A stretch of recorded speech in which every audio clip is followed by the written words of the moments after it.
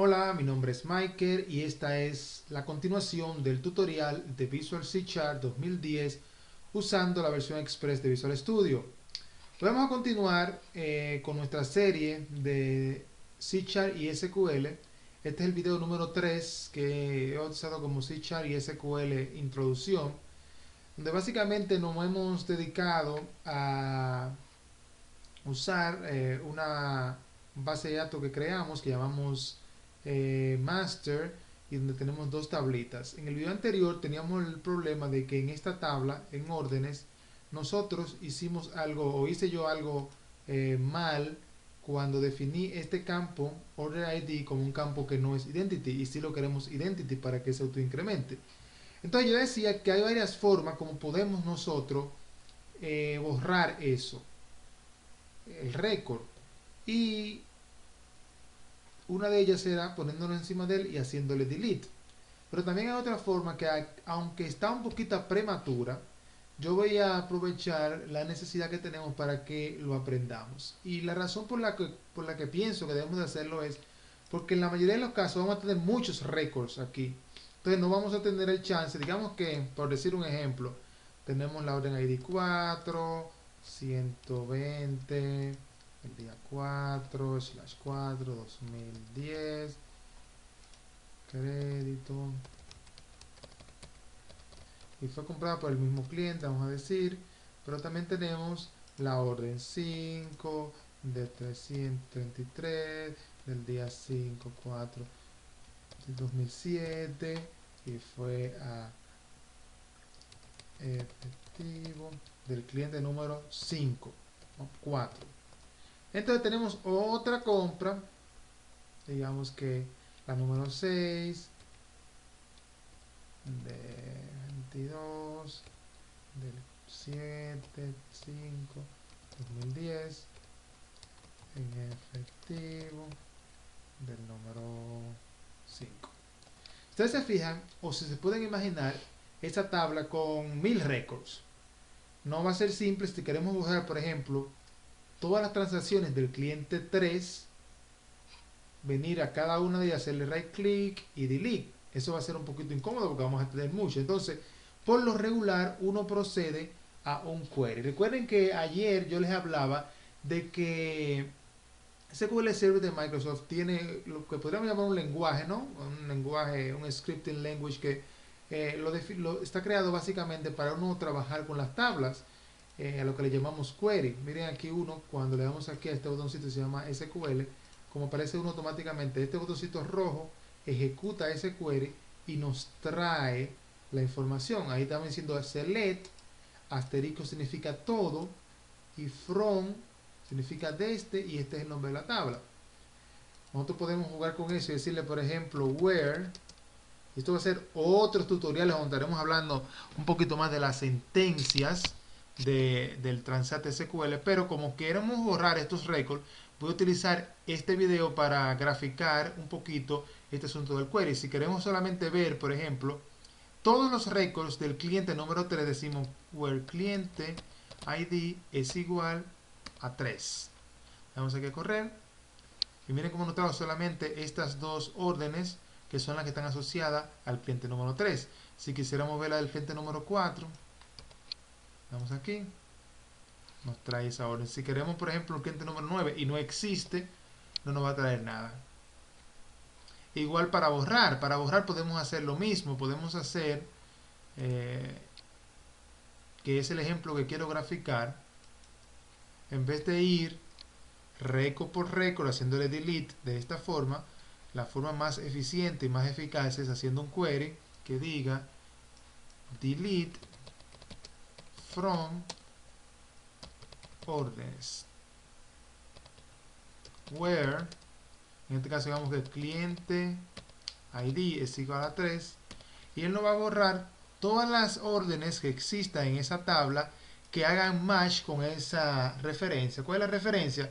Bueno, que el cliente ID debe ser el número 3. Por tal razón, el cliente ID 4 y el cliente ID 5 no se van a borrar. Si lo ejecutamos, dice que dos rows fueron afectadas en el último query. Ahora si volvemos aquí al show table, vamos a ver solamente dos récords.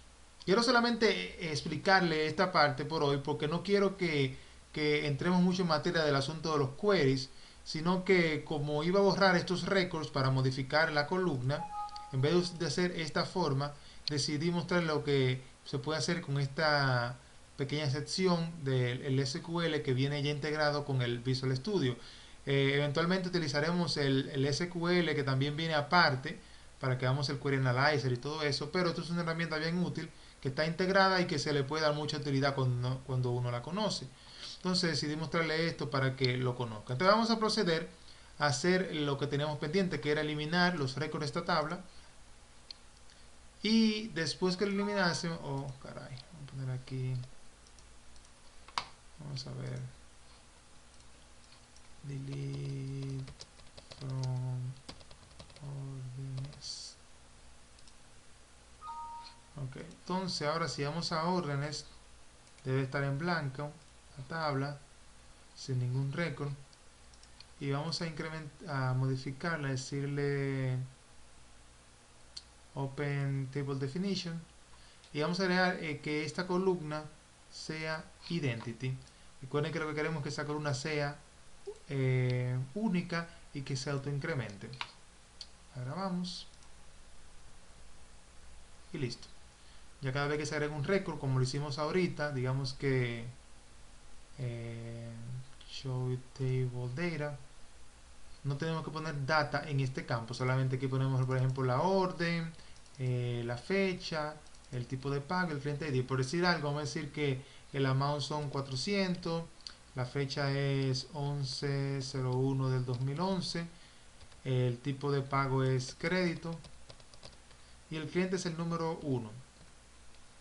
Ya automáticamente se agregó esa orden. Cuando ya agregue la próxima orden, 500, 11/1, 2001, 2011,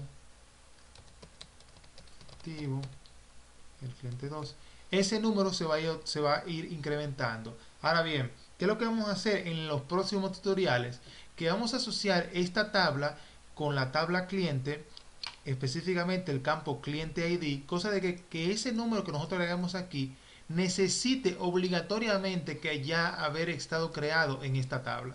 Si en esta tabla no hay un ID que haga match, digamos que el 9, por ejemplo, un cliente número 9, no se puede insertar esa data en este campo porque ese cliente no existe, forzando a que las órdenes se creen en base a un cliente ya existente. Espero que eso le haga sentido a ustedes, pero básicamente ahí lo que uno hace es, uno hace crea una lógica de restricción a la data, de forma tal que haya organización en el código y no se pueda generar una orden si no hay un cliente. Entonces, eso es lo que vamos a hacer en el próximo tutorial.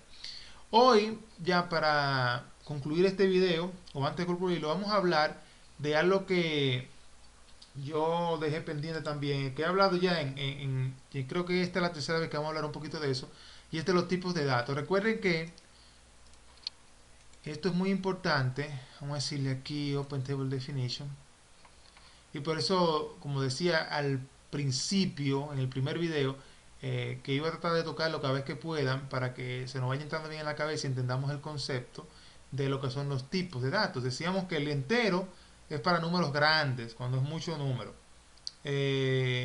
Para números pequeños se utiliza el small int, este que está aquí, el small int, ese que está acá. Para números bien pequeños, el tiny int, y cuando digo pequeño me refiero a valores que vayan entre 1 a 100, por decir algo, tiny int. El varchar o el nvarchar, que ese sí ya lo hemos visto mucho también, este que está acá, nosotros lo vamos a usar para cuando son tamaños que son de campo, pues digamos que vayan entre 25 caracteres, 50 caracteres, y el tamaño realmente nosotros lo vamos a definir con estas opciones que están acá. Si le ponemos 50, porque aproximadamente vamos a recibir 50 caracteres. Si le ponemos 100, porque vamos a recibir aproximadamente 100. Existe uno que se llama también varchar max, que son para párrafos, cuando estamos trabajando con páginas web y tenemos muchos caracteres o unicodes o caracteres extraños como esos que son chinos, entonces utilizamos, en vez del varchar max, utilizamos el nvarchar max, que es para ese tipo de datos. El small date, que no lo hemos usado, pero está aquí, básicamente es para cuando tenemos que... Recuerden que nosotros tenemos el date time, que lo tenemos aquí ya definido, de hecho, miren aquí.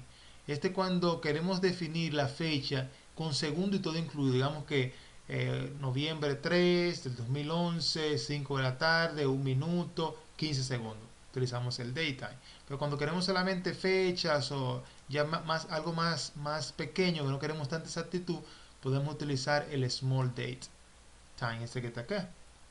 Es importante que nosotros entendamos eso del espacio, porque cuando definimos un campo aquí con un tamaño o con un tipo que no es el que necesitamos, digamos que aquí en el nombre 50 es muy grande, es muy poco probable que nosotros tengamos un nombre con 50 caracteres. Entonces ahí vamos a tal vez utilizar siempre 20 caracteres. Entonces nos van a estar sobrando 30 caracteres. En este caso el nvarchar hace la compresión, pero si tuviéramos solamente un varchar, estaríamos perdiendo tal vez 30 caracteres por cada campo.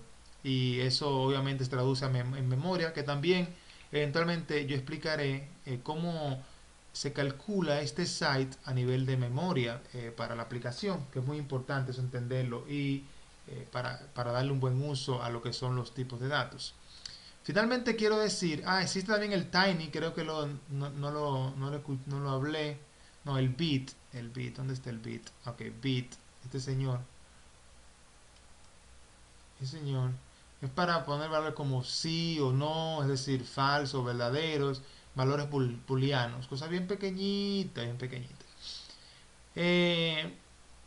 ¿Por qué yo estoy hablando tanto de esto y tratando de definir eso? Y espero que ustedes también se dediquen un tiempecito para tal vez leer un poquito más sobre las definiciones ya más profundas, pero yo iré lentamente introduciéndole esto de forma tal que cuando ya le dé las definiciones ya propias de cada tipo, ustedes la entiendan a profundidad. Y lo digo es porque es bueno saber esto, básicamente porque los tipos de datos en SQL no necesariamente hacen relación a los tipos de datos en .NET. Y eso lo veremos en el camino, pero es bueno tenerlo presente y entender cada tipo de esto para cuando tengamos que hacer una conversión o hacer algo desde acá, desde nuestra aplicación, interactuando con el tipo de datos de SQL o de la tabla, donde tengamos el concepto claro de qué significa, cuáles son los valores, etcétera. Ya lo de .NET ya lo hemos hablado también bastante, ya lo conocemos, por lo menos una gran mayoría de ellos. Y yo creo que uniendo esos conocimientos con lo que yo le he ido dando de SQL, vamos a llegar a un buen punto cuando tengamos que usarlo, de entender la diferencia entre uno y otro y su relación, obviamente, porque hay algunos que son bien parecidos. Esto ha sido todo por hoy. Recuerden que ya tenemos dos tablitas, cliente y órdenes. Tengo pendiente asociar estas dos tablitas para poder hacer lo que les dije ahorita, que si digitamos un cliente nuevo, ese cliente nuevo se pueda crear una orden con ese número de cliente, y que no se puede crear una orden si el cliente que se está agregando a esa tabla no existe en la tabla cliente. Eso lo vamos a hacer probablemente en el próximo video. Así que saludos, si tienen alguna duda me la dejan en el canal y espero estén disfrutando estos tutoriales hasta el momento. Van a ser muchos porque esto es bien amplio, así que vamos a ir paso a paso. Cualquier duda me mandan un email y recomienden los tutoriales. Bye.